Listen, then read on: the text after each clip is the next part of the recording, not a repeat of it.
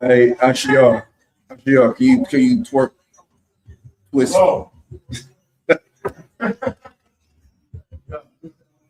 tweak, not twerk? Can you twerk it to the left? my, Tweak it a little bit more this way. This way. 3. Keep going. Back. A little bit more. Just a tad bit. Back. Perfect.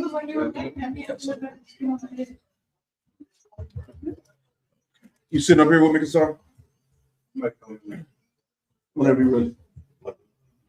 Yeah, go ahead and start. Huh? Go ahead and start. Yeah, that's it. We live. It's not bad. Not bad. Does somebody want to turn that weak ass music down, please?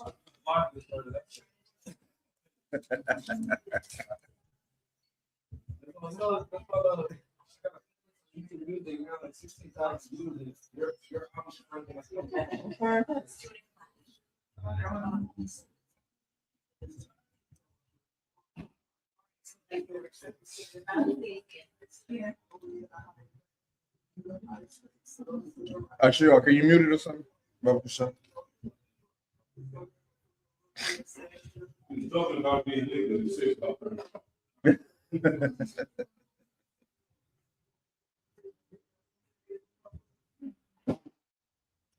All right. Everybody good to go? Enjoy your meals. Enjoy your meals. You ain't got to change nothing. Anybody ready to read? That's the only question I got. Nope. Play the music some more. Play the music some more. Y'all eat. Y'all eat. We're gonna start in about.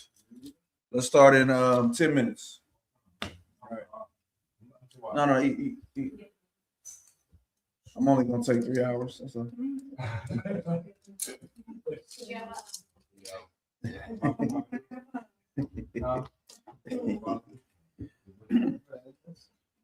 Hey, Shalom Israel. Y'all about Shimmy Al-Shai Thumb. Y'all smaller thumb by Shimmy Al-Shai. Before you dip, please like, share, comment, subscribe.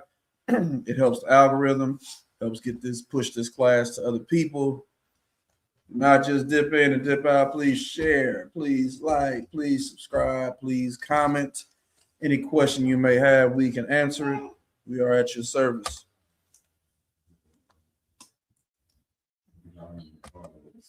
Hey, Shalom, y'all about Shimmy Al-Shai not a Zab. Son of Christ.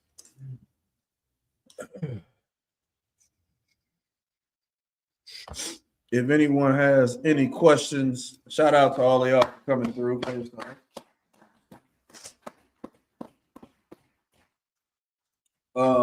Imagine being in a world where you represent something that's not represented, man. It takes a lot of strength, a lot of courage. It takes integrity. You know what I'm saying? Like my rib says, one thing she said, I'm not wrong. People just aren't listening to me right now. You understand? That's how this works. You're not wrong for coming into the truth. You're not wrong for making the sacrifice you make. It's just you're not being respected right now. You understand? That's just how it works. Yeah, the young man, damn right. You know what I'm saying? You know what I'm saying? And that who gives a damn? I mean, like what really is respect when you're in a world run by pedophiles? right. You know what I'm saying? Like if you really look at the earth that you've been living in for the past 20, 30, 40, 50 years, you have been living by an unrealistic standard. Now, you're a grown up, but people that like children have been controlling every aspect of your life. People that eat babies have been controlling every aspect of your life. It's so bad. Hillary Clinton she got her deposition was done, right? And they just released it a few hours ago. If she was honest, she would tell the absolute truth. She would say, I met Jeffrey Epstein a few times. I do know what pizza is. I know what beef jerky is. I know what grape soda is. But nobody's saying it. Everybody's just She's just like, oh, I might have met him once or twice. Yeah, I talked to Jelaine Maxwell a few times. That's why. And she has the audacity to say she was a vanguard in the protection of women and children from the negative things that can happen to them. And yet she's speaking to a survivor. And the survivor asked her how she felt about seeing images of her husband with underage women in a pool. And she said, I can't speculate on that. Like why is that politics? If you saw your rib with another man, you can't speculate on how you felt when you saw it. Of course, in the same way, a woman, if she saw someone doing something to her child, you telling me she can't speculate on how that made her feel? No, that's BS. This political correctness is just lying on camera. That's really all. Right. Lying under oath, right. Lying on a paper. You know what I'm saying? But that's the world you live in. So again, the only way you can retaliate from that is you have to do something radical. You have to do something that's against society. You understand? And one of the biggest things I would say as a man, right? I think you have to, when it comes, especially when it comes to your woman, you have to love her, even if society would tell you change her. Your woman is perfect the way she was when you met her. She perfect 10 years down the line, 20 years, 30 years down the line. Right. You don't change your woman's appearance because of a pedophile society. Leslie Wexner, he bought Victoria's Secret. Leslie Wexner is a homosexual. Right. And Jeffrey Epstein was his homosexual partner. They asked him if he had sex with Jeffrey Epstein and gave him money. He said, oh no, I'm super straight. That's exactly what a homosexual would say. Yeah, when you're straight, it's not special. You don't have to qualify it. Like, are you a lesbian? No. Are you homosexual? No. You ain't gotta say, fuck no. I never touch it. Because who are you fighting against? You know what I'm saying? But you're basically what I'm trying to say is, and the same thing goes for the women with your man. What is a high value man based on what we just recently found out? Jeffrey Epstein is a high value man. Give the little brother a hand. He's on point. You know what it is. He knows what I'm gonna say before I say it. That's why I'm clapping ahead of time. You know what I'm saying? But what society has decided is high value. Even what was that dude's name? The high value dude. No. With the glasses. Kevin Sanders. He got caught with a dude. Yeah, if he has a live stream where the camera drips and there's a dude in the bed, laying in the bed with the cover on. Like, oh man, you're not. Now he died having sex with a woman, because again, when you're a homosexual, you have to prove yourself to not be homosexual all the time. You know what I'm saying? So my point is, the society that you have been living in is wrong, and as the Bible said it. It says, surely you're turning things upside down shall be esteemed the potter's clay. The society you're living in is upside down. You know what I'm saying? So if it's wrong, you can't make it right for you. You know what I'm saying? A man and a woman have to love each other because they love each other. You don't love your woman because society standard. You don't argue with your woman because of society standard. If y'all have a conflict, I would always say this. What's the point of saying some deplorable shit to your woman that you gotta apologize for? Just if not, like Ashley, my wakam. If I got a problem with y'all, I'm not gonna say nothing about y'all that I have to really salakia for later. Like, yeah, you know what I'm saying? And men say things they women say things they man. Like, don't do that. It's a waste of, like, I'll give you an example, right? My son had said something to his younger brother, right? he cussed at him in a way that was like, nigga, what? You know what I'm saying? So when we were correcting him, I said, well, listen, I've never called you, and I had to think. I did say that to him. I had to think about it. I was like, look, you can't take words back. You know what I'm saying? You can't be a certain way, all right, with people. And that's the most important thing that I'm trying to say. In this, when you're dealing with your man and women relationships, just remember, don't do it like white people. Don't do it like the movies. If you love each other the way you want to love each other. But don't do no stereotypical love where I gotta bring you a dozen roses. I gotta play that song, sweet lady. It ain't gotta be like that. You know what I'm saying? It need to be authentic. Just let the love flow. All right. With all that being said, what we're going to read about tonight is women who listened to men and saved our nation. You understand? That's the most beautiful thing about, if you want to talk about male and female roles, a woman is equally as important as a man when it's in decency and when it's in order. But when the shit get flimsy and you're just doing weirdo stuff, man, yeah, you're gonna be in councils.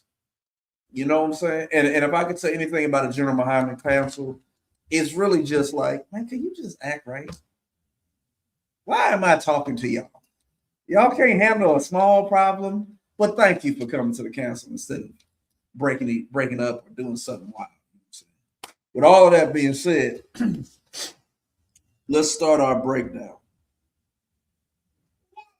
Ashiyar, if you could take me to 1 Peter chapter 3, verse 1. My rib, I named her Hadassah, specifically off of the Hadassah in Purim. All right. She is a woman like that. She is amazing. She is great. Don't give her enough love. I'm not kind enough to her. But she's an amazing woman. So when I read the story of Esther, I was like, yeah, that's my wife. You know what I'm saying? You know what I'm saying? So,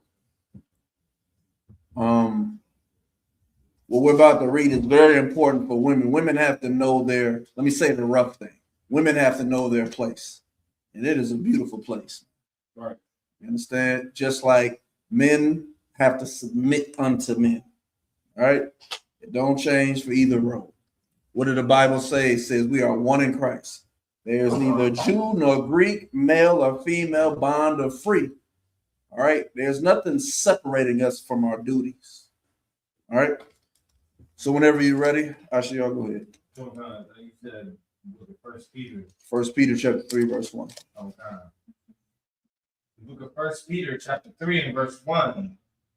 Likewise, ye wives, be in subjection to your own husband.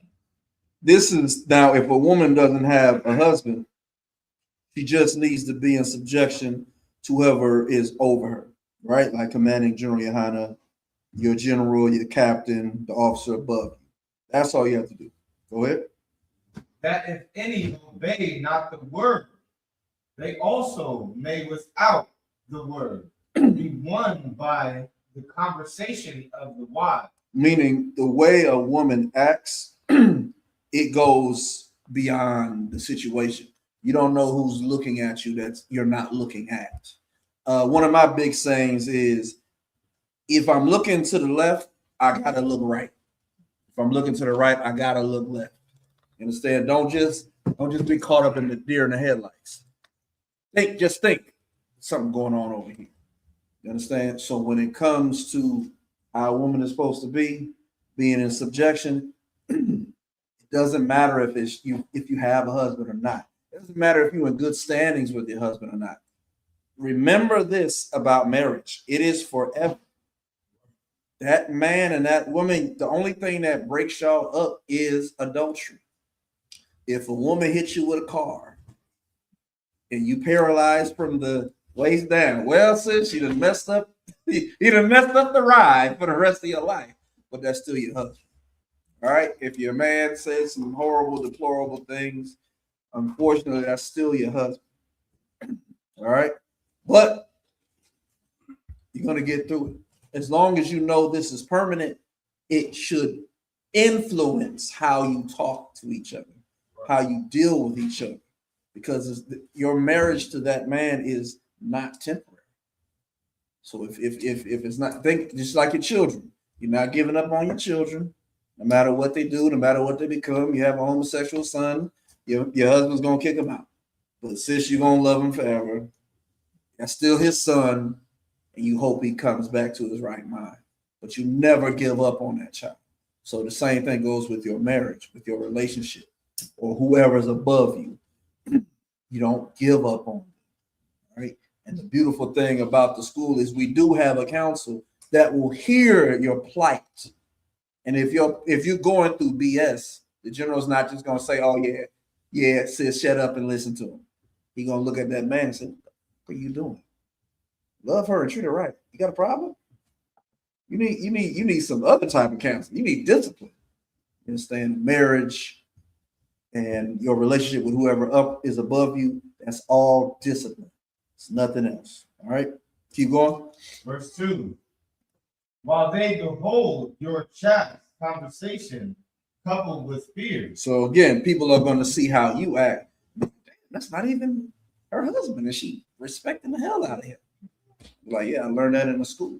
There's a lot of, I think General Muhammad said his rib Tazaliah brought him into school because she came into school first. And the way she was acting, it's like, what the hell happened? And the rest is history. You know what I'm saying? When you change, how could I say this? Your journey with the Lord is independent of your relationship. All right. You should be what does the scripture say? You got to seek him in fear and trembling. You got to make your calling and your election sure. So it ain't about what your husband does. It's not about what your wife is doing. Your walk with the Lord is your walk with the Lord. Apply yourself 100%. Get an A+ in this walk. Don't get no B-. Don't get no F. Just serve the Lord. Right. Life is simple. All right, keep going. Verse 3. Whose adorning, let it not be that outward adorning of plaiting the hair and plaiting, basically. Plaiting the hair and of wearing of gold. Yeah, you don't want to just look like it on the outside. You don't want to just rock the big ass shield, the silver garment, the mitri, the shape. You don't want it to be on the outside. You want it to also be on the insides. All right. Drop down to verse 5. Verse 5. For after this manner in the old time, the holy women also who trusted in God adorned themselves, being in subjection unto their own husband. Unto their own husband. So once again, if you don't have a husband, the school, you are married to the school. Your head is Commanding General YAHANNAH. He orchestrates who is over you based on your zone. All right, I think is it General High, not General High, Mayak, right? He's over this zone. And then who's over California? Captain Gadalhar. Who's over Northern California? Captain Kwame. Right. Who's over this area? Kasar Bakai. That's how it works. You understand? So you might not have a husband, but you still need to be in subjection to whoever's above you. If you have a husband, you need to be in subjection to him. You understand? Keep going. Verse 6. Even as Sarah obeyed Abraham, calling him Lord, whose daughters ye are, as long as ye do well and are not afraid with any amazement. So you are the daughter of Sharai if you do well and do it without amazement. What is amazement? Amazement is when he's like, hey, babe, no more pork. One pork.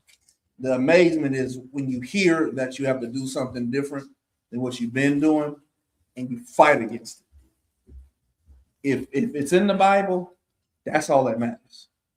You know what I'm saying? I used to celebrate my birthday too.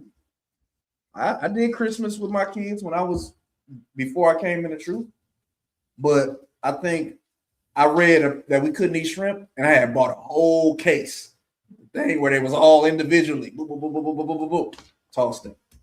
You know, shrimp was expensive. I had food stamps and things. You know, it was. I used to get the what the hell is that? Where they wrap it up in bacon. Then it'd be like the meat, and then they wrap it in bacon wrapped. Somebody in the classes. Yeah, y'all good. Y'all ain't eating it. They would. No. It's a little circle piece of beef, and it gets wrapped in bacon. Y'all gonna go to Walmart and see it and be like, "Oh, that's what Karak was talking about." But I can't remember what the name is called. But yeah, I used to do all of the wicked stuff, the wrong stuff. But when I heard the word and understand I had to apply it, it changed my life. And that's how it is for a woman. For a woman, you a good woman if you do as Sarah did, who called her out of one Abraham Lord. You know what I'm saying? Just say to your husband, "Yes, my Lord. Yes, my Lord. Yes, my Lord. Yes, my Lord." Like, enjoy it. You know what I'm saying? It's a beautiful thing. Ain't no other woman out there calling your man Lord. You understand? You got the opportunity. Call that man Lord. He gonna call you princess.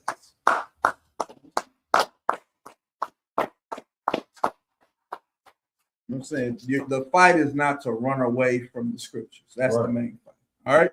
So now we're gonna get into some women who did some amazing things to save men and showed men, oh man, she did this. Lord knows I can do it. I can do it too. Right. We're gonna start with Judith. All right.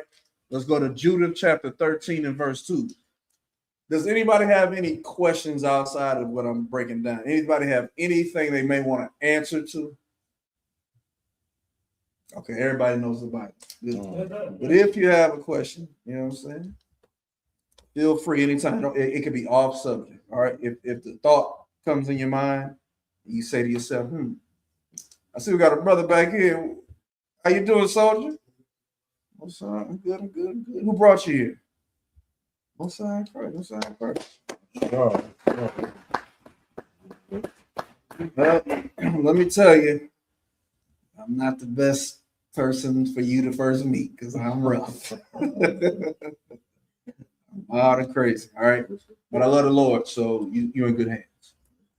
When you got it, give me Judith chapter 13 and verse 2. This is the book of Judith, chapter 13 and verse 2. And Judith was left alone in the tent, and Holofernes lying alone upon his bed, for he was filled with wine. So this is the backstory. What we're reading is in the Apocrypha. All right, you got the little red book, it'll say Apocrypha, or if you got a 1611 edition of the Bible, this will be in the Apocrypha. So what had happened was we were in the time of the Assyrians when they were ruling the earth. All right, and they had us trapped in our city, and all the men of Israel, they were scared to death. It's like, well, I mean, it's just a wrap. We done for. And Judith was the widow of a man. What was his name? What was his name? His name was I can't get it off the top of my head. But her husband had died.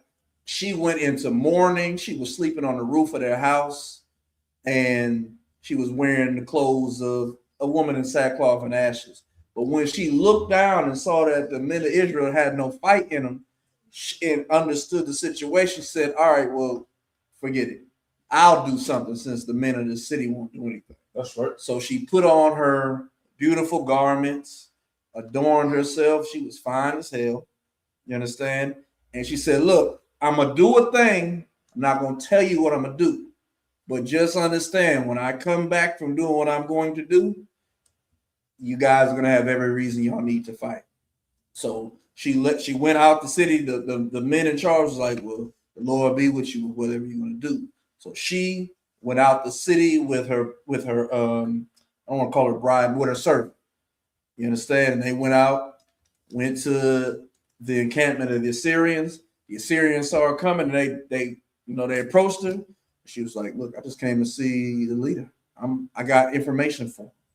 And all the men saw us like, God damn, she fine. This they women? Man, we got to kill all these niggas. You know what I'm saying? She was so fine that these Arabs basically, or these whatever Kim Kardashian is, these Lebanese people, they wanted her. Like, Jesus Christ, these women are fine. So she got all the way up to Halifane's camp tent. You understand? Got him drunk. She was acting like she was drinking wine. It was like, you ever seen the Faculty? You ever seen the Faculty? That movie that came out a long time ago with the little there was a part in the movie where they was acting like they was drinking water, but they would unscrew the bottom of this and the water would come out, right? So she would act like she was drinking, but she wasn't drinking. So he getting drunk, hey baby, how you doing? All the way drunk. She in the tent. All right. So now we're at that part right there. She about to do an act that goes down in history. Go ahead and read again. Start at verse 2. This is the book of Judith, chapter 13 and verse 2. And Judith was left alone in the tent, and Holofernes lying alone upon his bed, for he was filled with wine. Keep going. Now Judith had commanded her maid to stand without her bedchamber, and to wait for her coming forth, as she did daily. For she said she would go forth to her prayers, and she spake to Bagoas according to the same purpose. Keep going. So all went forth, and none was left in the bedchamber. So it was just her and Halifanes. She done set it all up. Ain't nobody gonna know what's gonna happen. Ain't nobody gonna see what's gonna happen. Go ahead. Neither little nor great. Mm-hmm. Then Judith, standing by his bed, said in her heart, O Lord, God of all power, look at this present upon the works of my hands for the exaltation of Jerusalem. Yeah. So she's like, Lord, oh my God, look what you done presented before me. Look what I'm able to do because you allowed this. Keep going. Verse 5.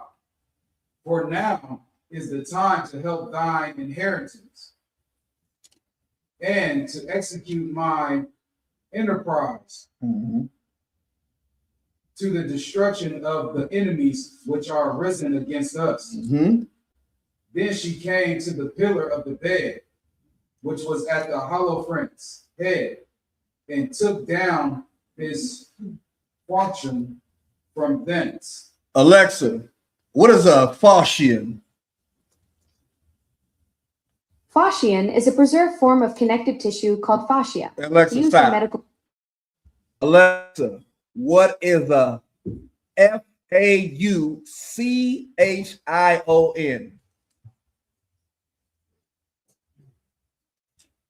Oh, she dumb. Alexa, what is a fashion? Fashion is a way of expressing yourself through clothing, Be quiet. Shut up. accessories, and Be quiet. style. Stop. It's Alexa, about stop. creating and Alexa, wearing stop. outfit. An axe. Damn. It was an axe. She pulled an axe off of the wall, right? Because this man, he's asleep. So there was an axe above his bed, and she pulled it off the wall. Keep going.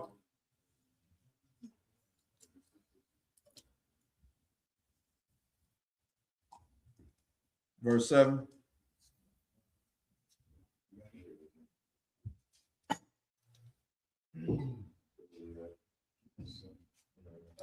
Verse 7. The book of Judith, chapter 13 and verse 7. And approached to his bed and took hold of the hair of his head and said, strengthen me, O Lord, God of Israel, this day. Verse 8. And she smote twice upon his neck with all her might, and she took away his head from him. Jeez. She grabbed him by the hair of his head and said, Lord God, give me strength. Rip that thing off, man. She did a mighty work to save Israel.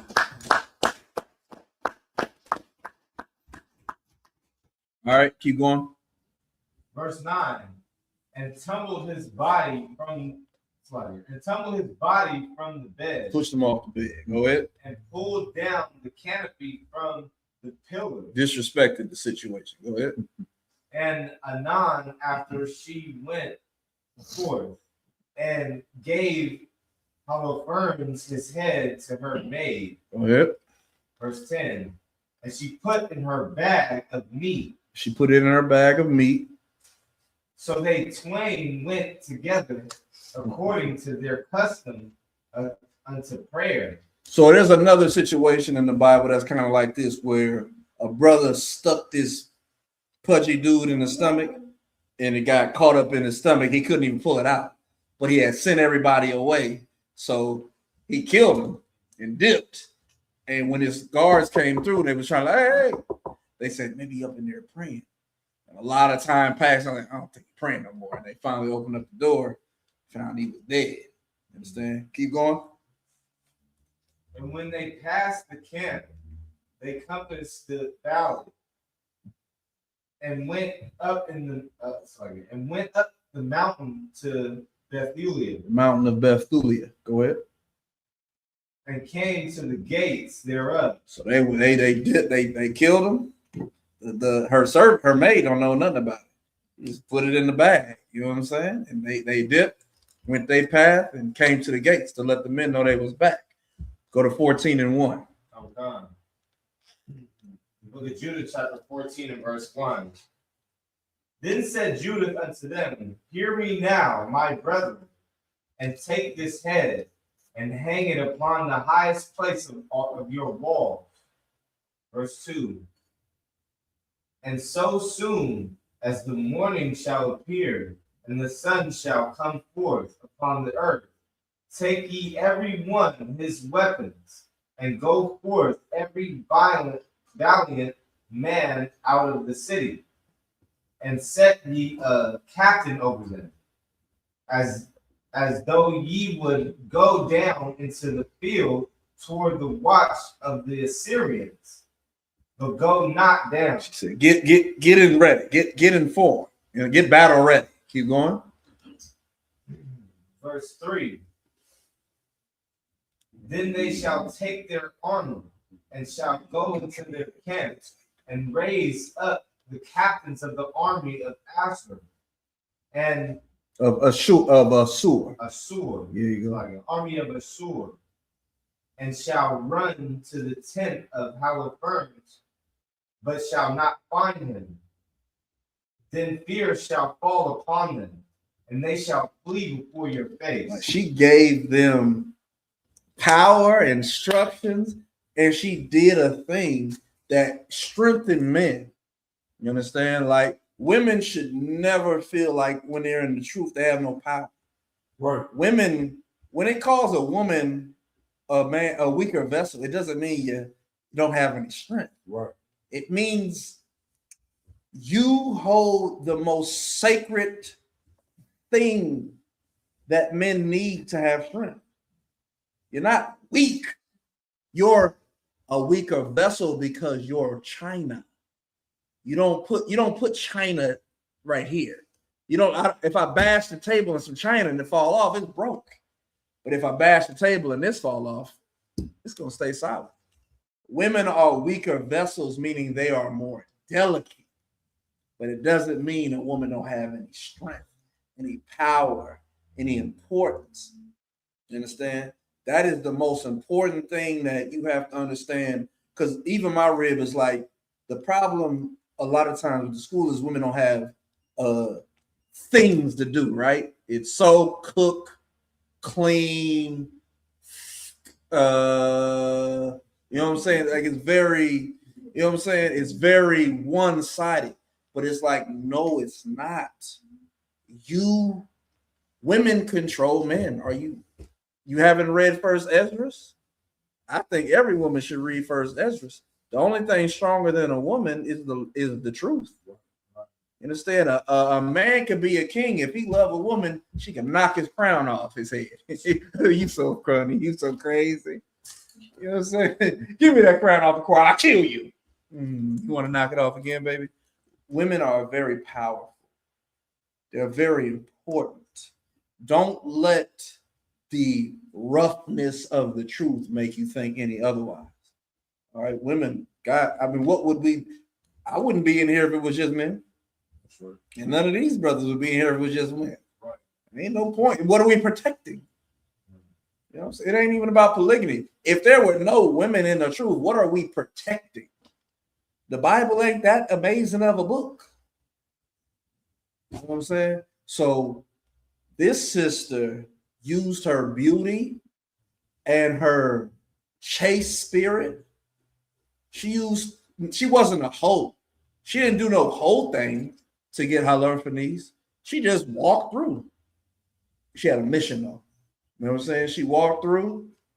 He wanted her, dumbass heathen, and she cut his head off. Right. And brought it back to the man.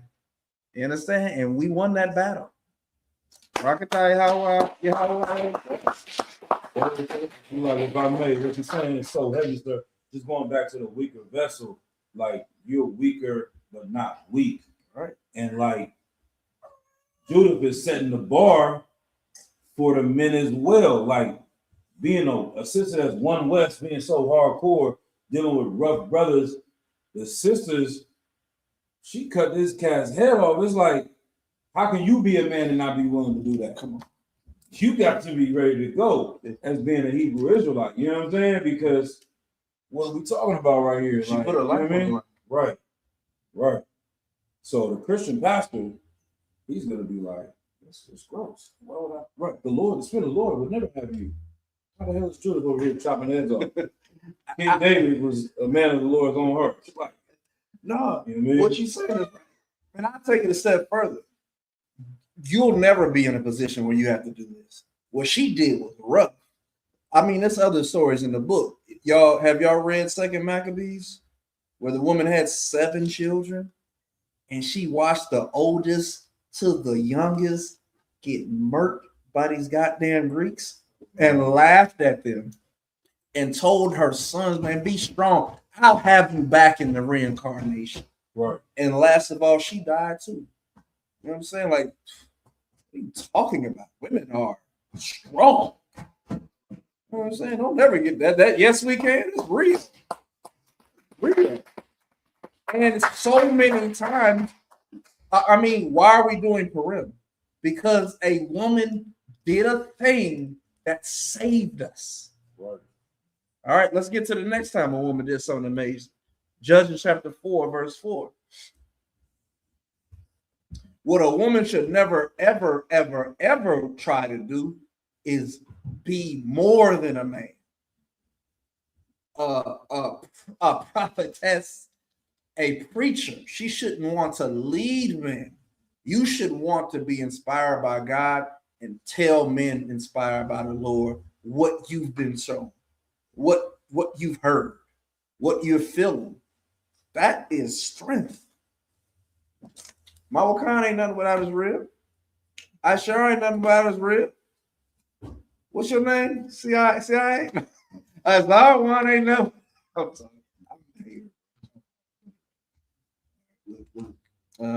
I didn't play sports growing up. I didn't get bullied, but I wasn't the cool kid. So there we go. All right. Basar ain't nothing without his rib. I'm nothing without either one of my.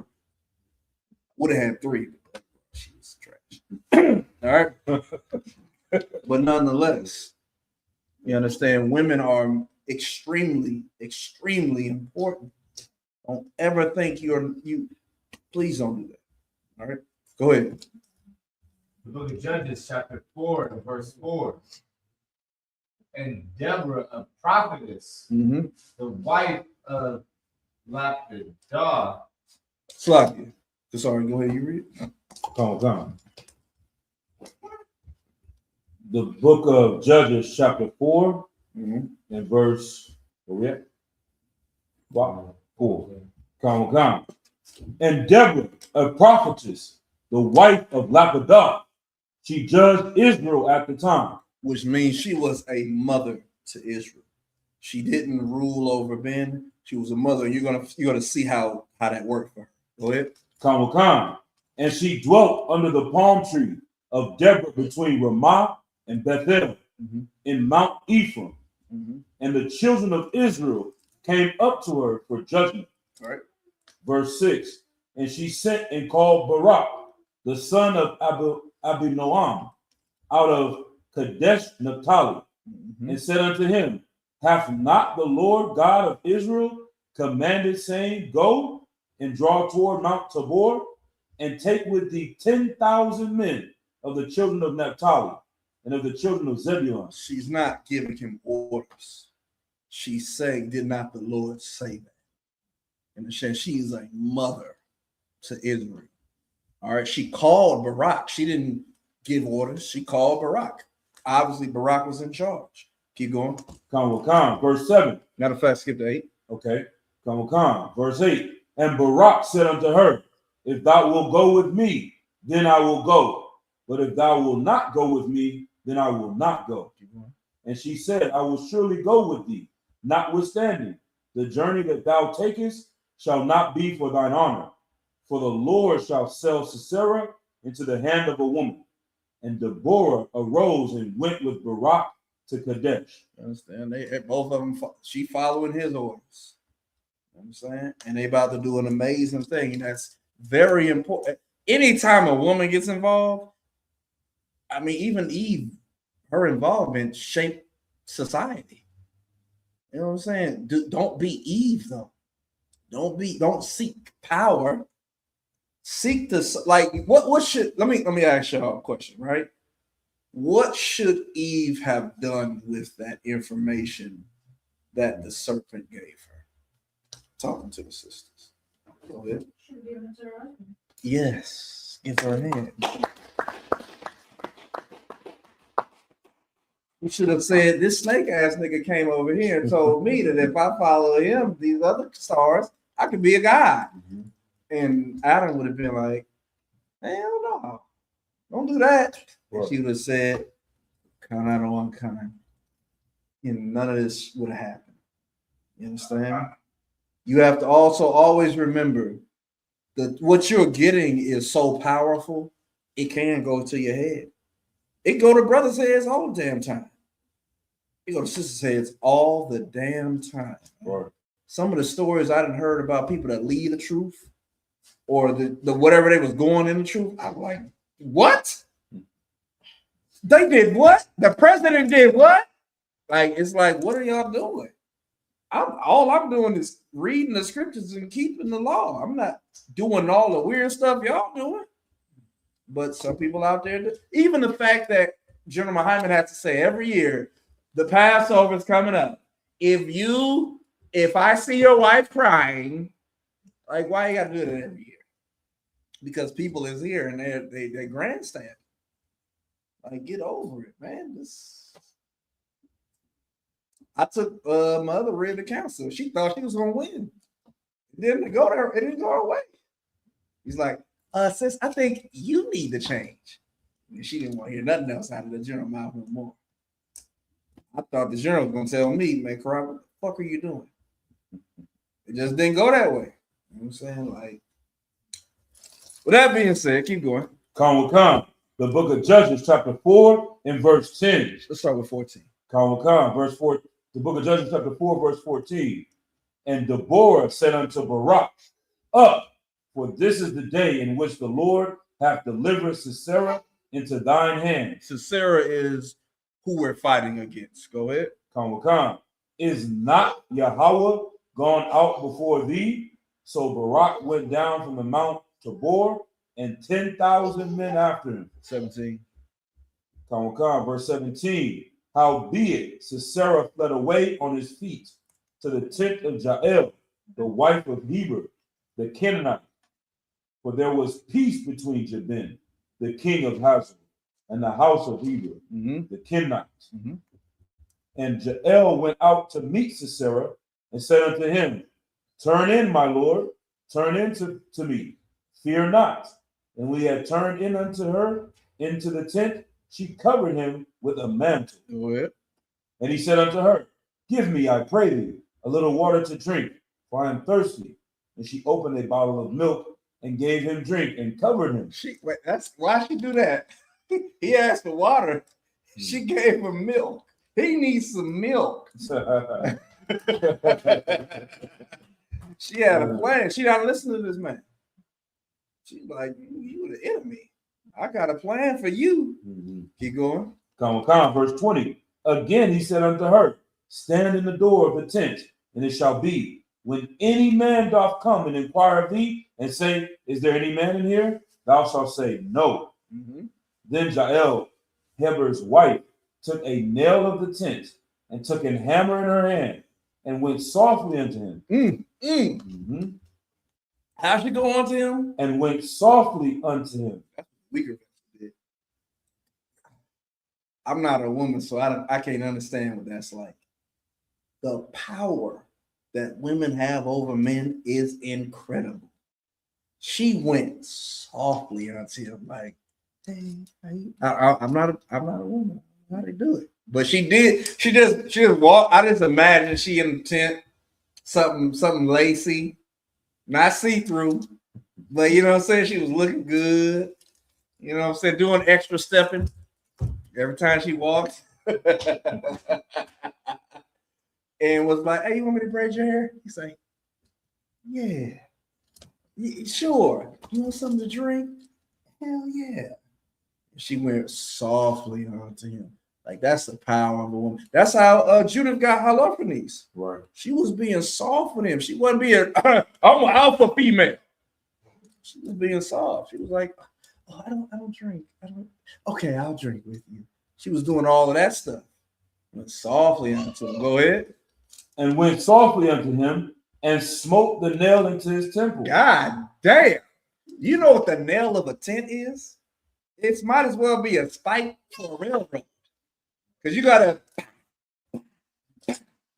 that into the ground. She took a nail and go ahead. What did it say? It said she did it twice.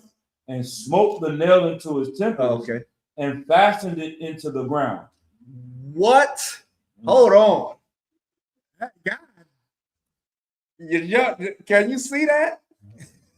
She was like, no, go ahead and lay here, my lord. Until that was in the ground. Go ahead. Come. For he was fast asleep and weary. Oh. So he died. He wasn't even, she killed him in his sleep. Golly, Most High in Christ. This. Yeah, bro. And Sarah is going to be delivered by the hand of a woman. Jael did it. Killed him in his sleep. Judith killed him in his sleep. Right. God, be careful, my brother. Watch it. Watch how you talk to her when y'all awake. What that Bobbitt chick did, right? She cut the white man's ride off. I think he was asleep. I could be wrong. Be careful. Talk to each other with love. All right. This is all I'm saying. All right. What's it like? What's it say? Don't go to sleep. Right. Bible, right? Pull that. Don't sleep with sin. You know, yeah. This is a very important scripture.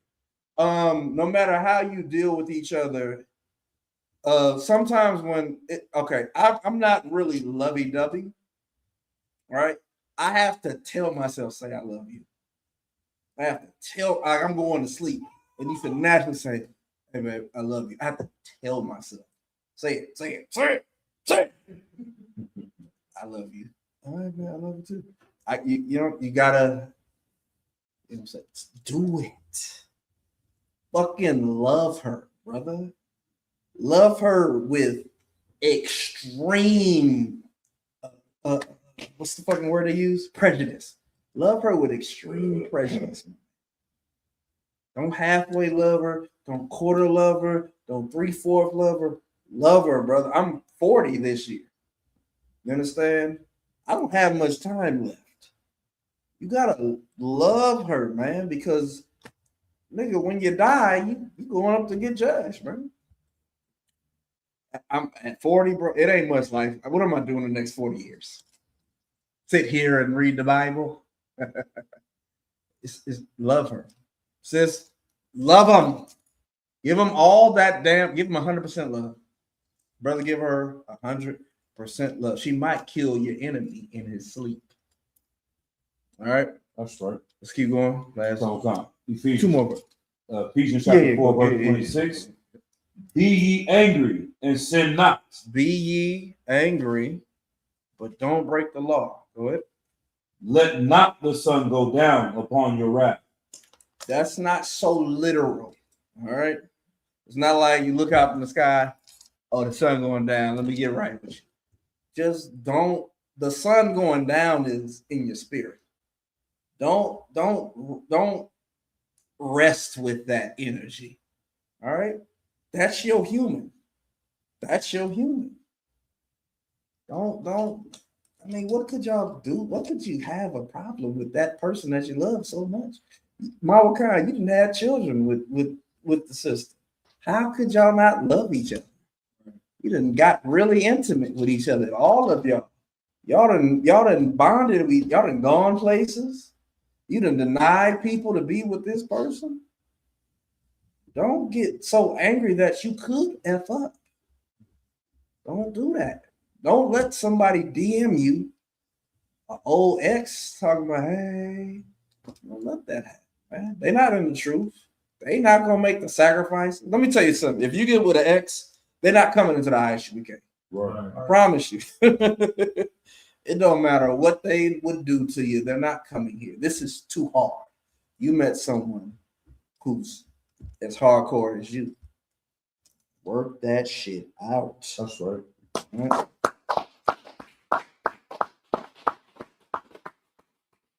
All right.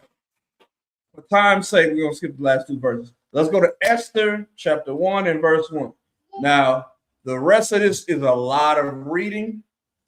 It's 8:44. I want to get through the reading. So what we're going to do is we're going to read that whole part. Esther chapter 1 verse 1 all the way to 22. Okay. I'm going to just let it get read, right? The next thing after that is going to be Esther chapter 2 verse 5. God damn, I hate me. To 23. We're just going to read it. You know, we got tomorrow too. I know that's Okay. this is all setting up for tomorrow. And then we're going to read Esther chapter 3 verse 7 through 11 and Esther chapter 4 verse 3 through 17. It's a lot of reading, but this is the setup for the closing. All right. So let's just do this. I'm not going to talk. I'm just going to summarize what we're about to read. All right. Nothing more. Come. All right. So go ahead. Come. The book of Esther, chapter 1 and verse 1. Now it came to pass in the days of Ahasuerus. This is Ahasuerus, which reigned from India even unto Ethiopia. Artaxerxes, the nigga from 300. Go ahead. Come. Over 107 and 20 provinces.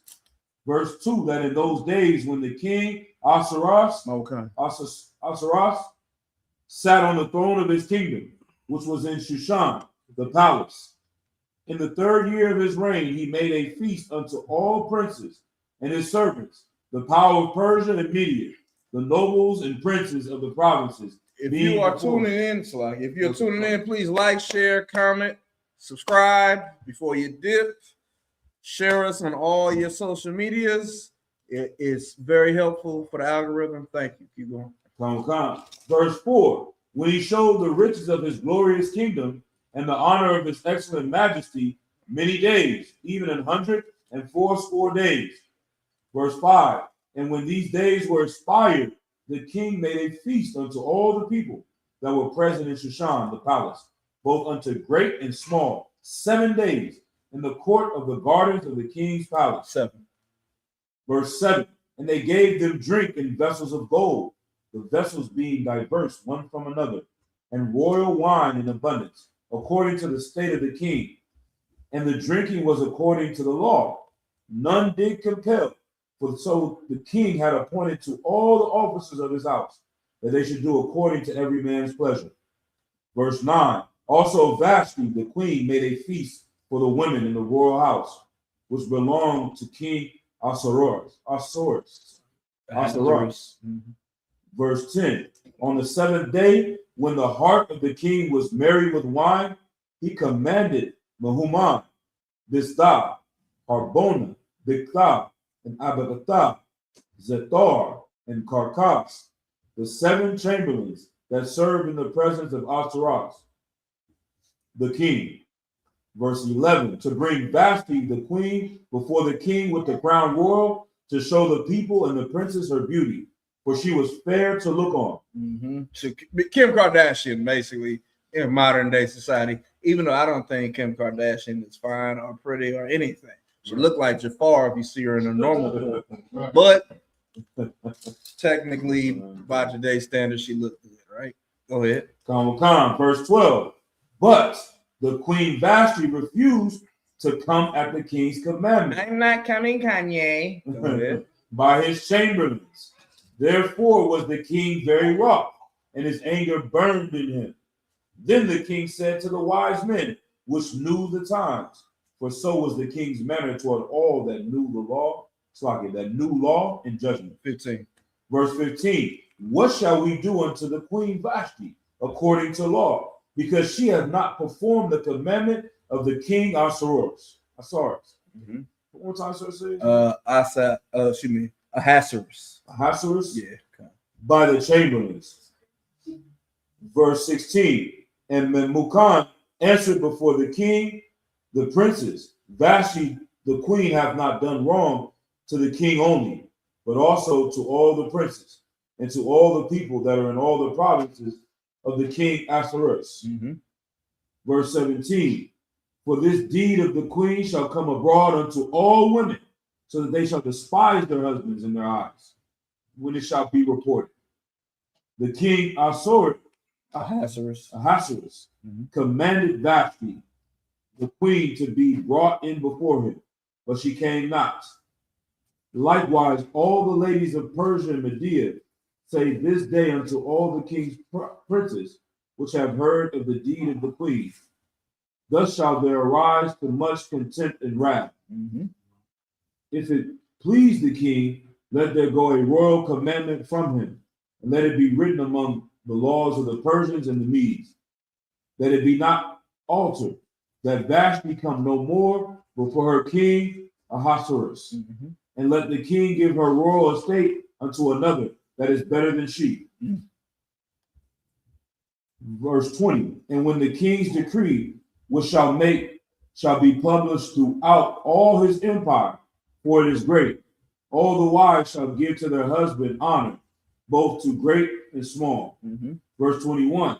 And the same pleased the king, the princes, and the king did according to the word of Memucan.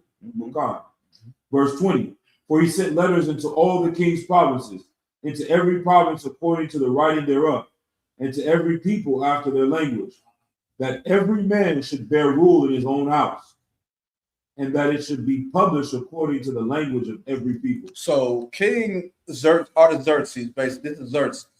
Once again, your best reference is 300, right? The bald-headed, jewelry covered, halfway homosexual looking dudes.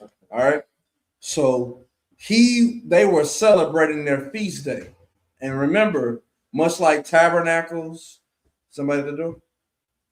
Oh, okay. Much like tabernacles, much like the Feast of Dedication, biblically, people celebrated multiple days. Just like how these women nowadays, it be their birthday month.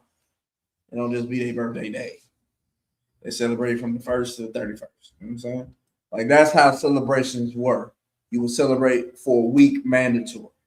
You understand? So Xerxes, he was celebrating this high holy day. They was pouring up wine, pouring up everything, and specific cups, all different, beautiful, royal, rich, costly. All right. So they getting drunk, and Xerxes like, listen, I bought the kingdom no murk, powdered murk, canned murk. Like Xerxes was like finesse, you know what I'm saying? No packing.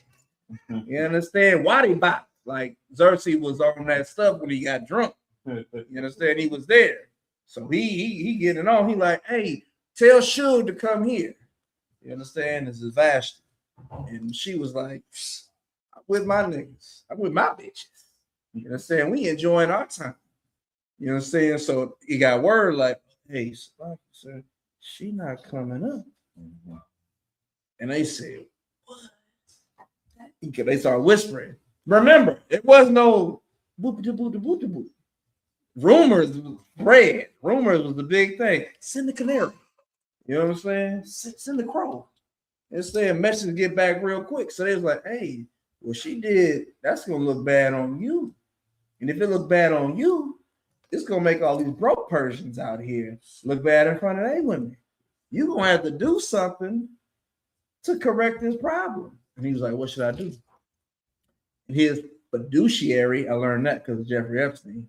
The people that took care of him, his princes, his advisors, was like, you're gonna have to get a new woman. Right. Yeah. Vashti can't be the queen no more. We're gonna have to do something to get, and they started an American Idol. All right, and who's the biggest loser? All right, they figured out who's going to be someone to replace Vashti. And the king was like, sounds good to me, let's do it. Because you have to understand, sex has been marriage forever. Right. You understand? It has not been this paper, it has not been the ring, it ain't been whatever that's a whole nother tangent. All right. Men were not gay back then. Men are gay now. Right. You understand? Donald Trump let a girl slob on his knob. She bit him and he punched her hella hard in the face. Jeffrey Epstein had a small towel over his area while he got massage. And saying, like, you're living in a homosexual generation. But back then, men weren't gay. So they would advise each other to do a thing. And women wasn't soft. Vashti clearly wasn't soft. She didn't even want to come and present herself for a man. So all of this happened. They said, look, pick a new queen, pick a new wife. He said, all right, I'm gonna do that. Vashti, she out now. We holding trials for who's gonna be kings next week. All right. From there, let's go to Esther chapter 2 and verse 5. Come, the book of Esther, chapter 2, and verse 5. Now in Shushan, the palace, there was a certain Jew whose name was Mordecai, the son of Jair, the son of Shema, the son of Kish, a Benjamin. Jamaican. It's a Jamaican brother. 2 fry. I got 4 plantain fry. Yes, I got 2 a pussy clad egg. You understand? That's what you got to always remember about the Bible. We read about Saul. When you're reading about Mordecai, these Jamaican men. They just they don't talk like you. They're not from your area. Real. You understand? That's how we are. Right. It ain't changed over time. You understand? Latinos was lining up their eyes back in them days too. You understand? It's beautiful. The fro just recently wasn't a black hairstyle. You know what I'm saying? Like Marokkan, shout out to Marokkan with the fro. It's Latin niggas with fros too. It's that natives. Come on, bro. Captain Soccer War natives. He got a whole fro. You understand? Like we've always been the same over time.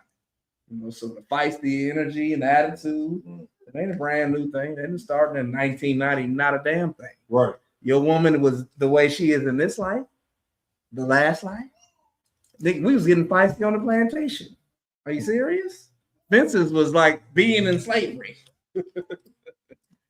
Go ahead. Come. Verse 7.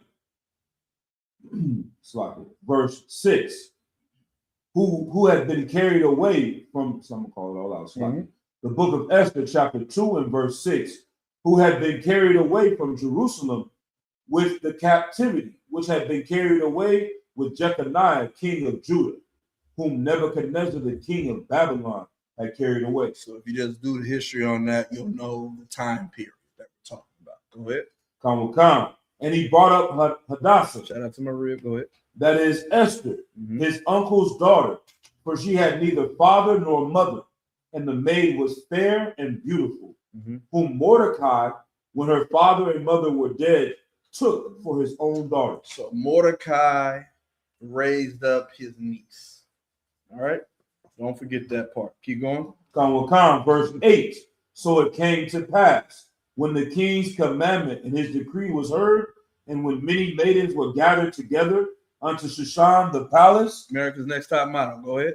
to the custody of Haggai, that Esther was brought also unto the king's house, to the custody of Haggai, keeper of the women. So she was out there with a harem. The dude that's watching them, I think he got castrated. So he ain't had no sexual impulse when it came to women. You know what I'm saying? That's the only way it works. Man, he ain't gonna watch it that's wild. I don't know what that could be like. You get your balls cut off, and now you don't even care about a woman. You're like, whatever. Oh, god damn. Oh, God. I couldn't do it. Go ahead. Come. Verse 9. And the maiden pleased him. She was fine. Go ahead. Come. And she obtained kindness of him. And he speedily gave her things for purification, with such things as belonged to her, and 7 maidens, which were meet to be given her out of the king's house. So basically, you could tell she was going to be the one that got chosen. Like everything's kind of being put in her hand so that she can, you know what I'm saying, she getting set up. Like Fantasia, right? She can sing, like she's gonna win. You already know she's gonna win American Idol. All right, go ahead. Come. And he preferred her and her maids unto the best place of the house of the women. Verse 10. Esther had not shown her people nor her kindred, for Mordecai had charged her that she should not show it. So even though everybody out here dark skinned looking, right? Mordecai told her, like, don't tell them you're a Jew. Right. Don't tell them you a Benjamite. Don't do that. Just go in there and play the game. Keep going. Come. Verse 11. And Mordecai walked every day before the court of the woman's house to know how Esther did and what she should become of her. So what go ahead. Sorry, sir. Can we use this precept to also show that Israelites are black? Absolutely. You could use the whole book Right. to prove it. You know what I'm saying? Because remember, black is a condition. It's not a color. General Hyman recently brought out the class where the white man found out that the way they figured out who was a Christian or a Jew was that the Arabs and the Jews were dark skinned, but the Christians who were Caucasian were white. Right. So that's how they spread Christianity, to say that if you're dark skinned, there's something wrong with you. But if you're white, you're Christian, you loved by God. That everybody has always known that this is how Jews looked. You understand? They even light skinned, I'm light skinned, she light skinned, she light skinned, she light skinned. That's not the same as being white skinned. You know what I'm saying? Everyone has known throughout history that the Jews have been derivatives of brown. Right. You know what I'm saying? So yeah, you can use really any verse to prove that. Yeah, you know what I'm saying? Because we was never white. So even if your skin was pale, we knew you weren't albino and we knew you weren't white. It's the simplest stuff. All right, keep going. Come. Verse 12. Now, when every maid's turn was come to go into King Ahasuerus, after that she had been 12 months, according to the manner of the women, for so were the days of their purification accomplished, to wit 6 months with oil of myrrh, and 6 months with sweet odors, and with other things for the purifying of the women. So, like, if I'm in, Go ahead. This part to me just reminds me about 6 month rule. You know what I mean? I'm like, you come into the school, get your name. It's gonna be 6 months before brother even talk to a sister. It's gonna be another 6 months of courting. It's a 1 year rule, and definitely that king ain't trying to have no maybe baby. I You know what I'm I done saying? broke that rule 2 times. Don't break the rule. Don't break. Do the year. Do the year. Don't break. Yeah, go ahead. Not in the school, bro. In the school. No, not with a sister. No, not with a sister. That's cool. I would never do With Jennifer Harmon, you wouldn't be right here right now. Sister in the world. Clarify that. that. It's a lot here. You still be paying fine. Most High Christ. Verse 13. Then thus came every maiden unto the king. Whatsoever she desired was given her to go with her out of the house of the women unto the king's house. Mm-hmm. Verse 14. In the evening she went, and on the morrow she returned into the second house of the woman, to the custody of Shashgaz, the king's chamberlain, which kept the concubines. She came in unto the king no more, except the king delighted in her, and that she was called by name. Verse 15.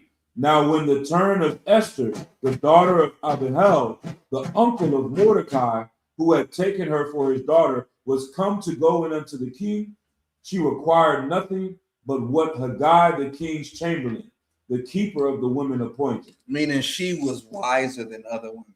She didn't request something strange. She requested something that was easily accessible. It was very humble of her. Go ahead. Come. And Esther obtained favor in the sight of all them that looked upon her. So Esther was taken unto King Ahasuerus to his house royal in the 10th month, which is the month Tebet, in the 7th year of his reign.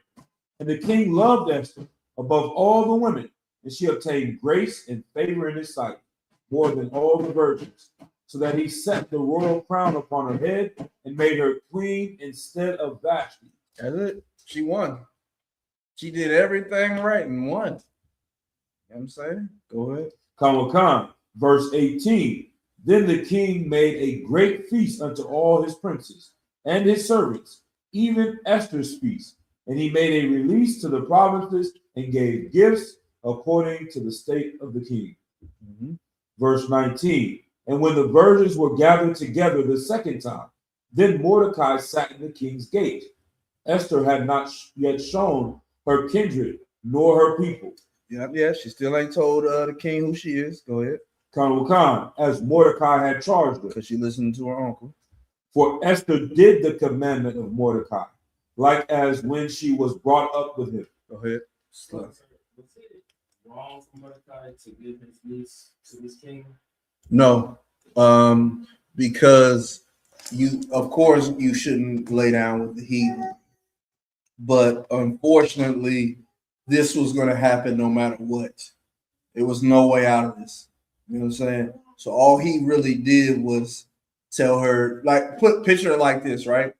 It'd be like if you walked out this door right now and a helicopter picked you up. Like you couldn't do anything to stop it. So since the helicopter picked you up, do what you have to do to get through this situation, because your purpose is bigger than what's about to happen to you.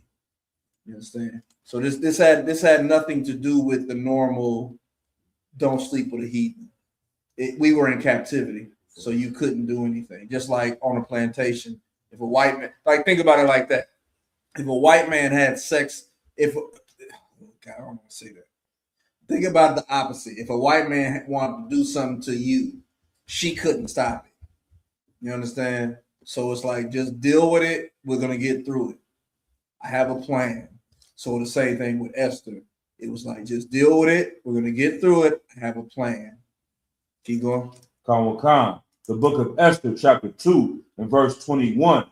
In those days, while Mordecai sat in the king's gate, two of the king's chamberlains, Bigthan and Teresh, of those which kept the door, were wroth and sought to lay hand on the king Ahasuerus. Trying to kill Xerxes. Go ahead. Verse 22. And the thing was known to Mordecai, who told it unto Esther the queen.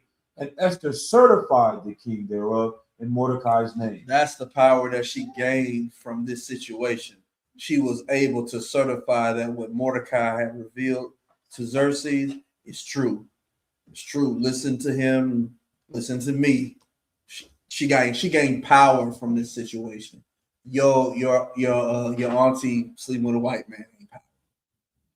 The broad from what's that scandal? Ain't no damn power. Said this was power. She became queen.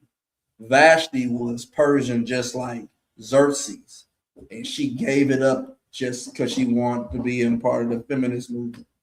Understand?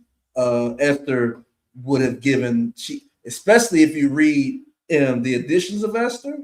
Holy shit, man! She tells you like, I did not want to do this at all. Ugh, vomit. You understand? She only did it because she was commanded by her uncle. You know what I'm saying? So keep going. Verse 23. And when inquisition was made of the matter, it was found out. Therefore, they were both hanged on a tree, and it was written in the book of the Chronicles before the king. So what Mordecai had brought to Esther and Esther brought to Xerxes, they found out, it was proven, them two niggas got lynched. Understand? They just lynched a brother like a week and a half ago, man. And what they tell us? There was no foul play. There was no racism. There's not a black person on the planet that would hang himself. And this is what I mean. You know why we wouldn't hang ourselves? Because we know what would happen when we die. We know that they would be made a racist charge. Ain't nobody ever thought of lynching themselves as black. Ever. I watched that movie Shawshank Redemption, and when the old white dude hung himself, I was like, why would you hang yourself? That's what I said. I'm like, you free. All you doing is bagging the groceries. Bagging the groceries up. He was like, I can't do it. Stood on a chair and kicked it over. Yeah. Jeffrey Epstein, they said that nigga lynched himself.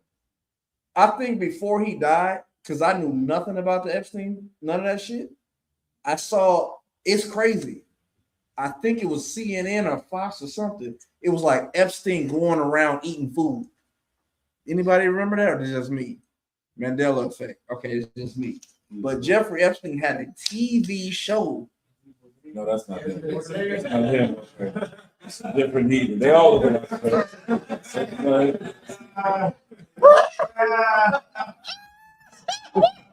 Steve Urkel. Oh, Jim.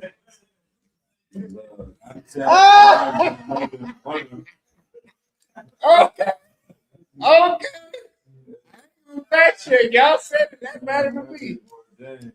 Oh, that is. See? But why?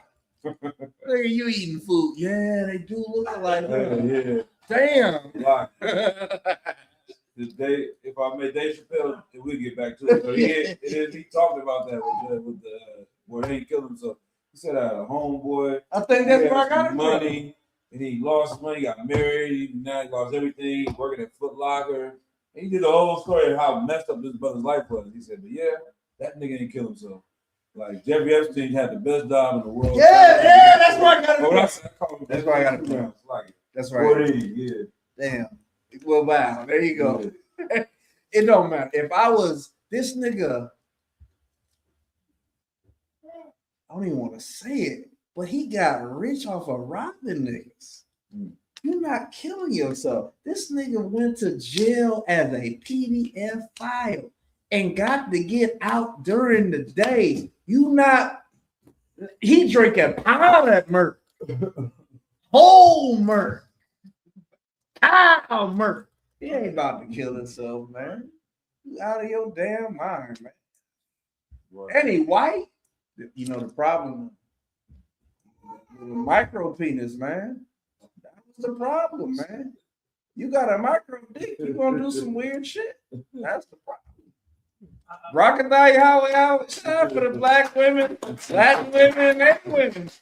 You rarely have to deal with that. It's common amongst them.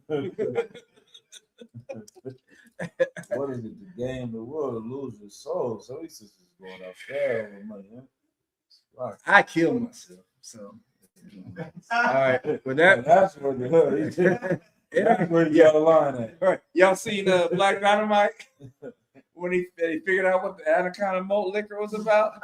And he said, "Do you want me to kill you?" It's like, yeah, kill him. These niggas go and start a pedophile ring because I got a small dick. That doesn't fix the problem, sir. Yeah. All right, we out of here. Let me get Esther chapter 3, verse 7. It's so much. 7 through 11. Come on, let's go. I ain't breaking this down. Kawakan, the book of Esther, chapter 3 and verse 7. Mm-hmm. Yep.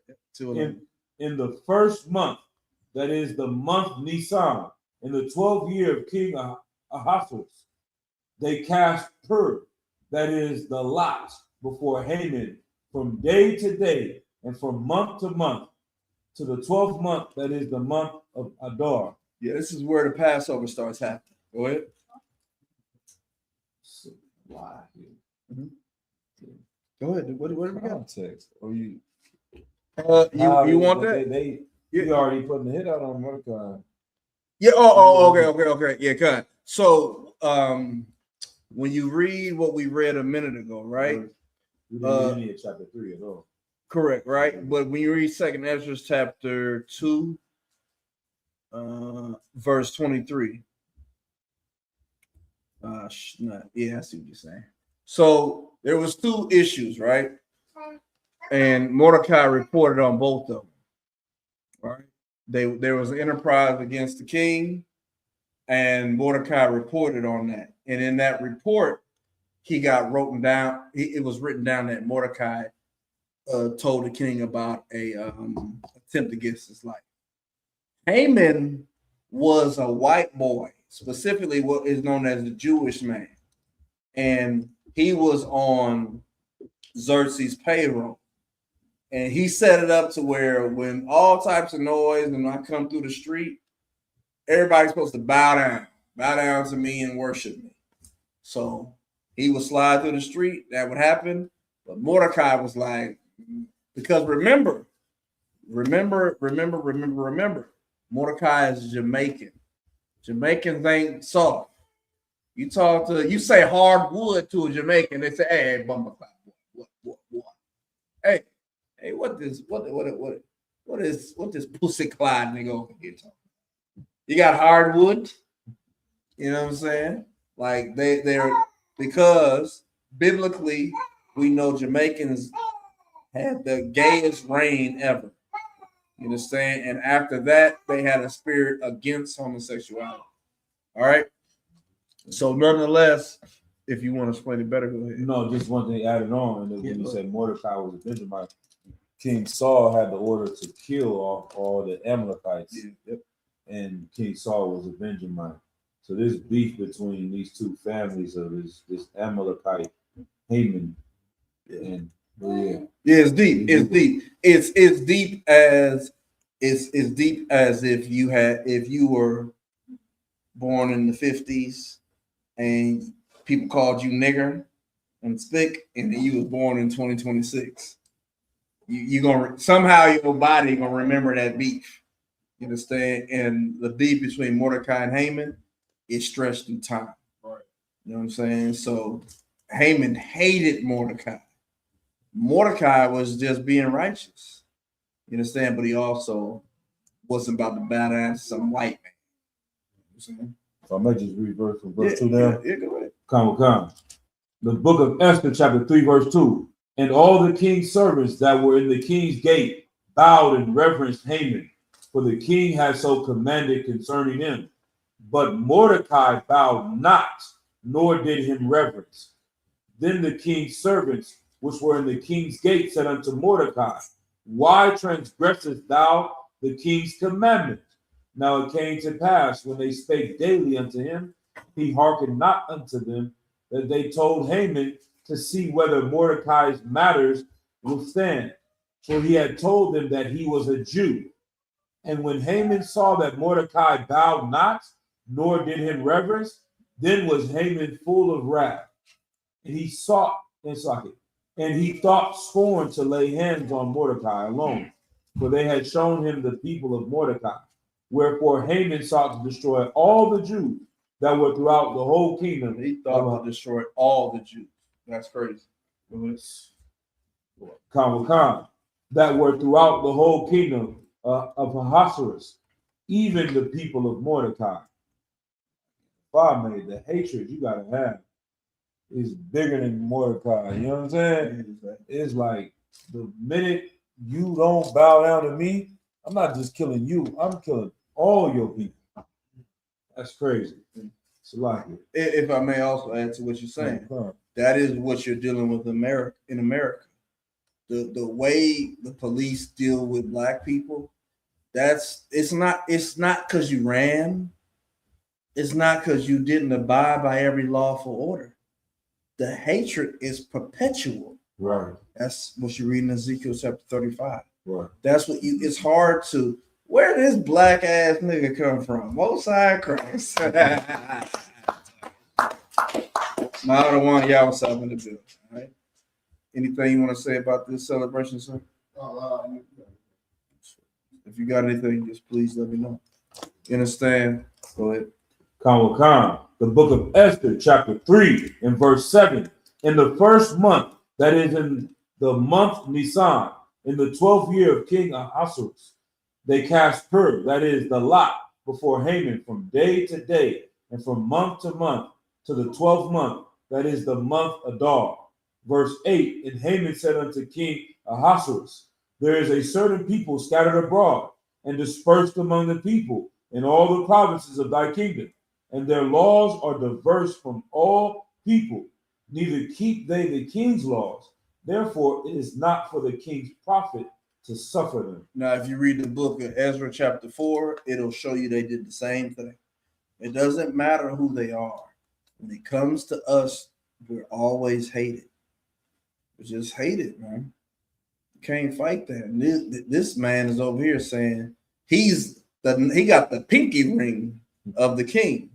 Right. You understand? He's saying, hey, these people over here, man, they don't keep your laws. They keep their own laws.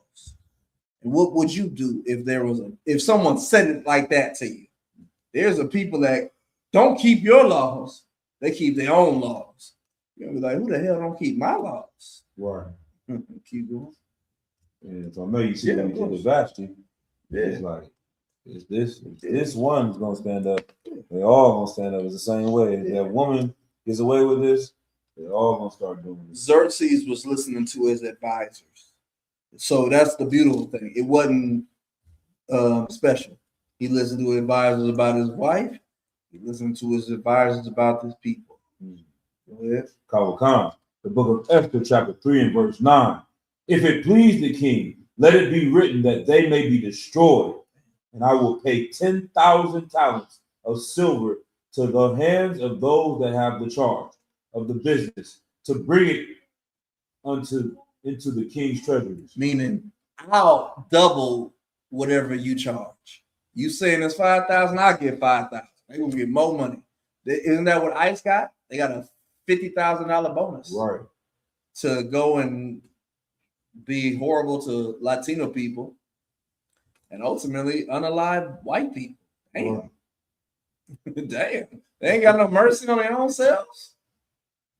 Keep going. Kawakam, verse 10. And the king took his ring from his hand and gave it unto Haman, the son of Hammedatha, the Agagite. That is a Jewish man. Now, Jewish people rule the earth now. Have y'all watched any of the videos about the Jewish people in Kensington? God damn. They're having 17 children and putting them all on welfare. Right. They do this thing where if you synagogue or whatever the fuck they call it, they don't even work. They go and learn the Torah. You know what I'm saying? And the women work. Like the Somalian thing is nothing compared to what Jewish people are doing. Right. Jewish people do this. They'll call a residence a house of worship, and they'll flood the block. the same way they gentrify Oakland, they gentrify towns in Philadelphia. So they'll be over there and people will get pissed off because they're trying to drive their car and it's Sabbath. I can't move my car. You know what I'm saying? They won't move their car. And eventually it'll make people leave out of the community. Like come on, man. The Jewish man is a piece of fire, burning, stinky shit. Right. But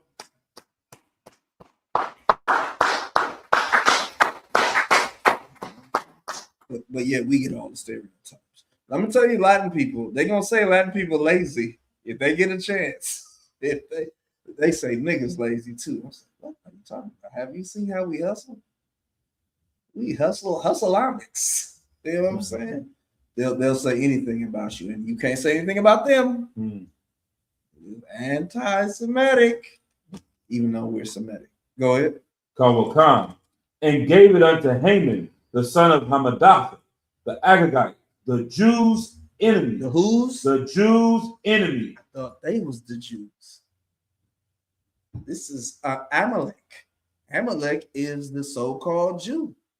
The Bible calls them the Jews' enemies. So they're not the so-called Jew.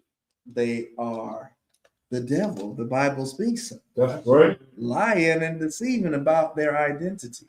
Keep going. Khan, verse 11. And the king said unto Haman, the silver is given to thee, the people also to do with them as it seemeth good to thee. So because Haman was his number two, he was like, here's my ring, here's the gold and the silver. Do whatever you want to do to these niggas.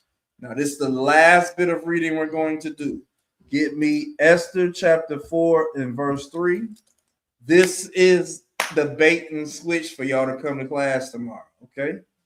Because what you're about to read is the build up to one of the most amazing takedowns in biblical history. So if I can read verse 13. Go ahead. For that in verse go chapter 4. The book of Esther, chapter 3, and verse 13. And the letters were sent by post into all the king's provinces to destroy, to kill, and to cause to perish all Jews, both young and old, little children and women, in one day, even upon the 13th day of the 12th month, which is the month Adar, and to take the spoil of them for a prey. Jesus Christ. You know what that means? You know what the spoil of them as the prey? What they do in the South after they lynch a nigga. No, let the dark skin. I'm talking shit. What do they do after they lynch black people? Come on, let me Come on. They cut your body up, eat your body, pickle your body. When they burnt down Tulsa, Oklahoma, they made postcards saying running out the Negro. The dude that was the iconic version of what happened in Tulsa, Oklahoma was a little white kid. I think he was 14 years old with a shotgun and a cigar in his mouth. That is a very famous picture. You understand? If you ain't seen it, just type in Tulsa. My son, you know what's funny? I used to watch the Tulsa, Oklahoma video as a way to put them to sleep. I'm sorry. Now this nigga saying verbatim, and they killed the black. Like he know all the shit. Like, nigga, that was a sleep method. You weren't supposed to learn it, but I'm serious. Maya, he know the whole video. He'd be like, then they had a Christmas tree. I'm like, nigga, celebrate Christmas. I realized my fault. I made him watch that to go to sleep. They did some horrible things to us, man. Right. Very horrible. So it's not even surprised that in history they set it up that nigga get the Adam, cut the face off. Like they did some terrible things to us, man. And that's been throughout history. Understand that the white man is not new today. He's the same white man from the 1920s as he is in the 2020s, in the 1820s, in the 1720s, Right. and so on and so forth. Just like black people. My rib showed me a video recently. A brother got accused of rape by a white woman, and he was on Dr. Phil's show, if I'm not mistaken. And he was on that show, and she was, I'm so sorry that I said what I said. And the brother said, I forgive you for what you did, and I'm sorry you had to go through what you went through for what you did to me. Like we have been, it's white people would never do it. Look at what happened when Donald Trump didn't win the damn election. They shit on the damn Nancy Pelosi's table. The Latina woman had to hide behind the door. If they would have found her, they would have unalived her. And what they get? A presidential pardon. Right. You are not safe in this country. Right. ISUPK is your only safety, man. That's right.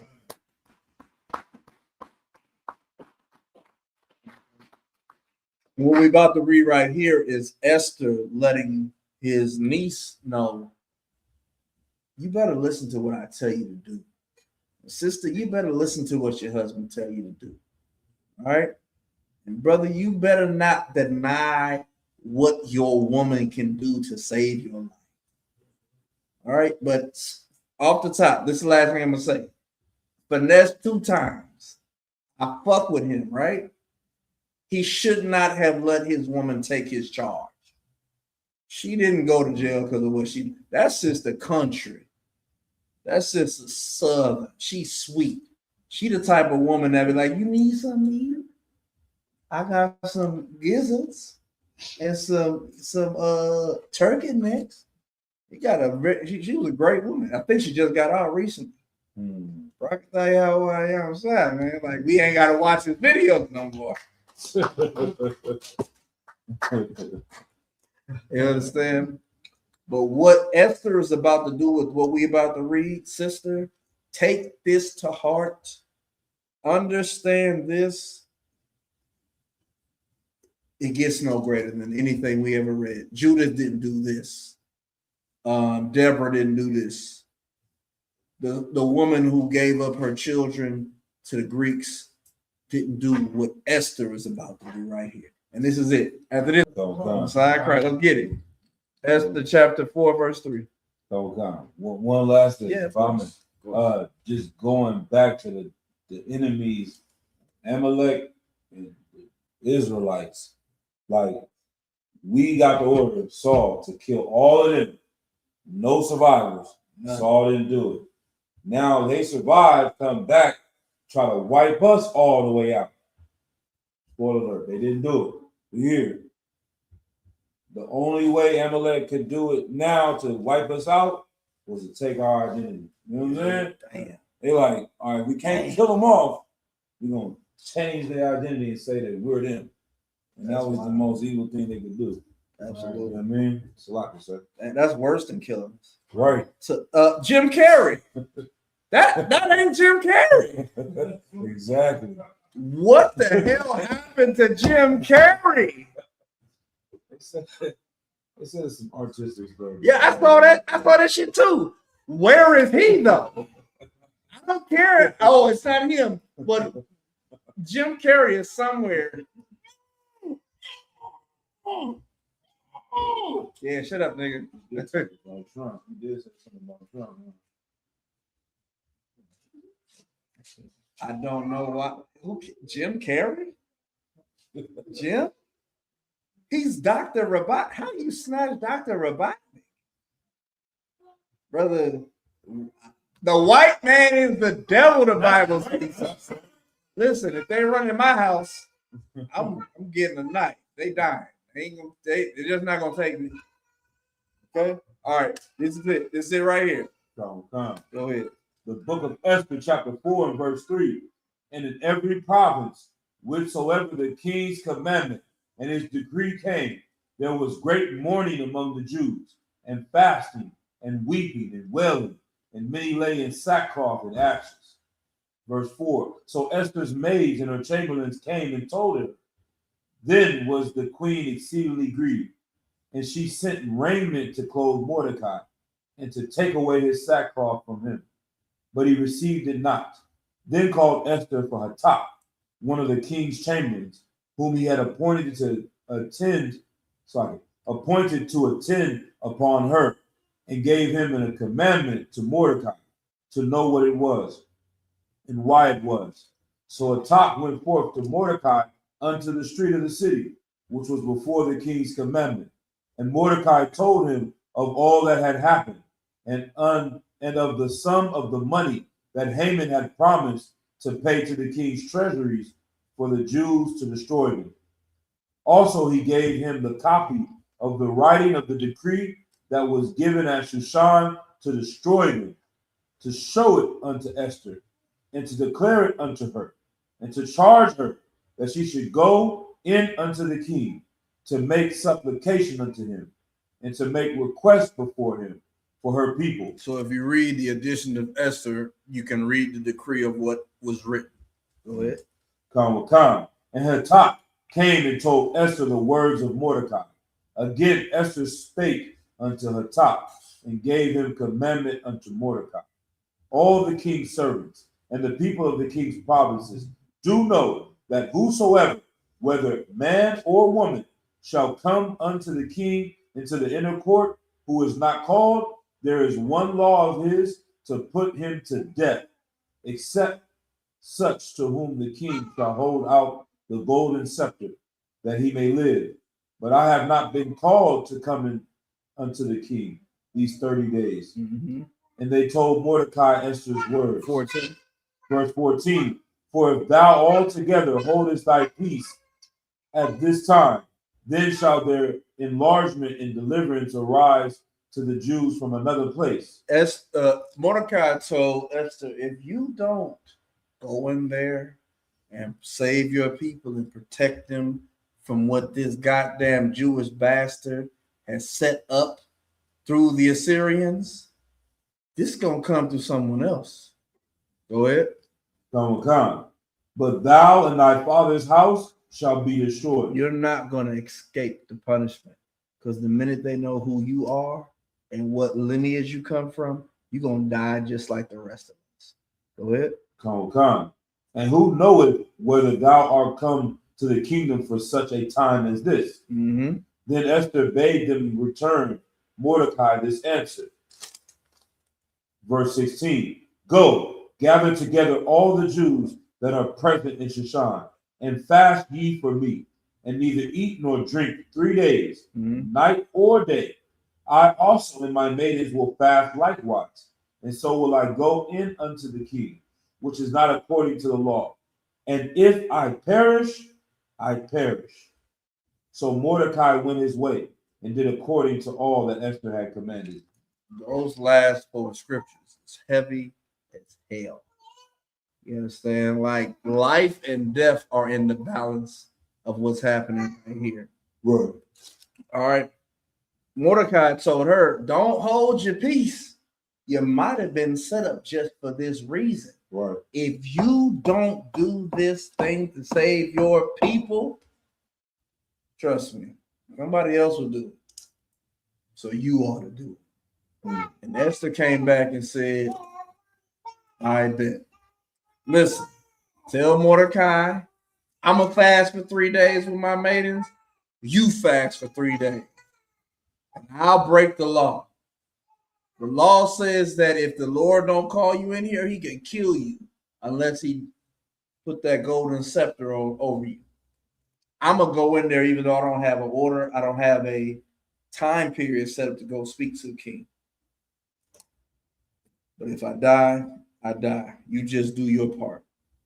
And Mordecai said, "O sign Christ, you must do it." Understand? That's this life. That's your life, sister.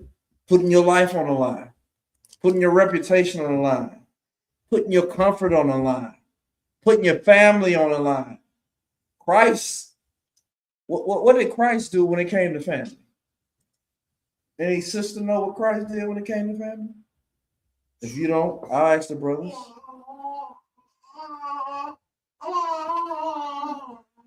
How did Christ feel about his family?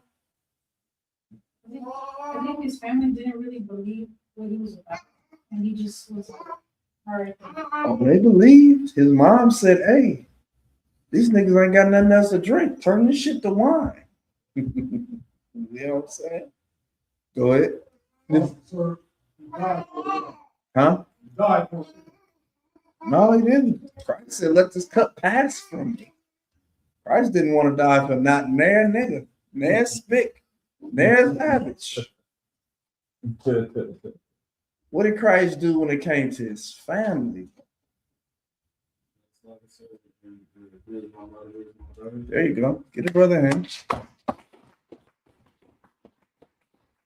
Let's get the top of that verse. Khan, the book of Matthew, chapter 12 and verse 46. While he yet talked to the people, behold, his mother and his brethren stood without. Who? His mother and his brethren stood without. Christ was at camp. He's talking to the people. His mother and brother stood where? Without. Why are they without? Why are they not with him? They was there when he died. Why weren't they supporting Christ while he was alive? Camp is every Saturday.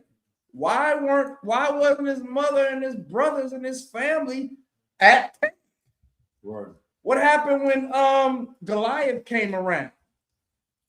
His father sent David to bring his brother's bread. And David was like, hell yeah, bet. Hey, what that motherfucking uncircumcised heathen been talking about? David was in the camp. He was in it. He said, man, I got the lambs good. I done beat the damn lion ass. I done beat the damn bear's ass. What this uncircumcised heathen talking? Why was Christ's mother and his brothers without? Why weren't they in the school with him? Where is your family?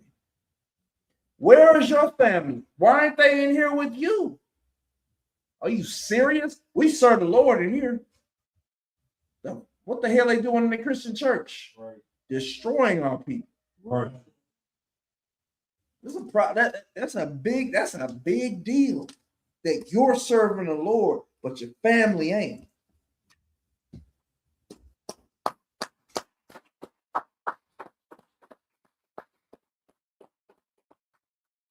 Go ahead, keep going. Khan.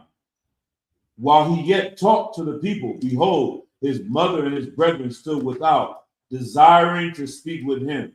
Then one said unto him, behold, thy mother and thy brethren stand without, desiring to speak with thee. Verse 48. But he answered and said unto him that told him, who is my mother, and who are my brethren? And he stretched forth his hand toward his disciples and said, behold, my mother and my brethren. For whosoever shall do the will of my Father, which is in heaven, the same is my brother and sister and mother. Listen, Esther proved herself on this day because when her uncle told her what to do and she didn't want to do it, he said what he said. She said, okay, you're right. Salakia, sir. I'm going to go in unto the king. And if I die, I die. And Mordecai didn't say, oh, well, don't say that. It ain't that serious. Mordecai said, okay, do your job. You have a job in here. You are to endure unto the end. That's right. That is your job. You are not to be confounded by some fake Israelite about the scriptures. Right.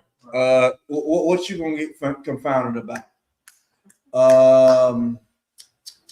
What's that book? Ruth. Ruth was an Israelite. Okay, she wasn't a Chinese woman. Jesus Christ's foremother is not a Chinese woman. Right. Okay, what you gonna get confounded by? God didn't come to save everybody, not even all of us. Christ spoke in parables to confuse us. Right. He wants to kill some of us. Okay? You want to know, Christ want to kill some of us? He told us not to stop fake Israelites from being fake Israelites. He said, let them be fake Israelites. They're going to prove us right. Right. And guess who's going to get murked? Pilate murked. Can murked. Them fake Israelites. No murk. That's how it's set up. Somebody got to die. And somebody got to live. These little babies, they got to live. Right. But nigga, don't bring your kids in this thing and take them out. Take yourself out. Let Commander Johnny YAHANNAH keep them. Take your bitch ass out of here. Right. Let's raise them kids without your bitch ass. That's right.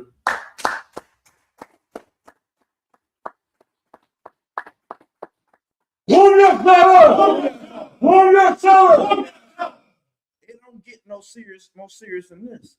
And again, what Esther, this is the prequel to what she did. She told her uncle, this ain't my time. He said, this is your time. If it ain't your time, no sweat. Somebody else gonna do what you were sent to do. And she got it real quick. She didn't sit there and say, okay, well, we'll wait another 100 years. She said, okay, if it's my time to shine, then I'm gonna shine. If I die, I die. Because what did she know? She knew that if she died, someone else would come up in the place. Christ died, and we're in his place. I pray you understand. Right. With that, I conclude. Any questions, any comments, anything? Y'all do got questions, comments, anything. Y'all just don't want to ask me because I'm going to take 28 hours to finish it. Most High in Christ. With that, I pass the class over to priest. The only comment I got is this day and age, if that was like Nicki Minaj, she would have been like, fuck them niggas and just let everybody die and see. I'm gonna stay in the house and live. Nicki Minaj, Cardi B, That's all. Meg Thee Stallion, Come on. Powder Merc. Atlanta Merkin. Powder Merkin. That's all. No sign Christ. No sweat. With that, you want to call it? All right. We're gonna give one courtesy salute to the teacher, men of Israel, Madu, which means to stand. I Madu Shabbat. I Madu Barak. Yahweh Shabbat. Yad Matah. All right, sword, sisters stand. Unless you holding the baby, you ain't got to. Right, the feet at a 45-degree angle, like a pizza slice. Head bowed to show humility. All right, men of Israel, I'm Madu Shabbat. I'm Madu Barak. Yad Matah. Class dismissed.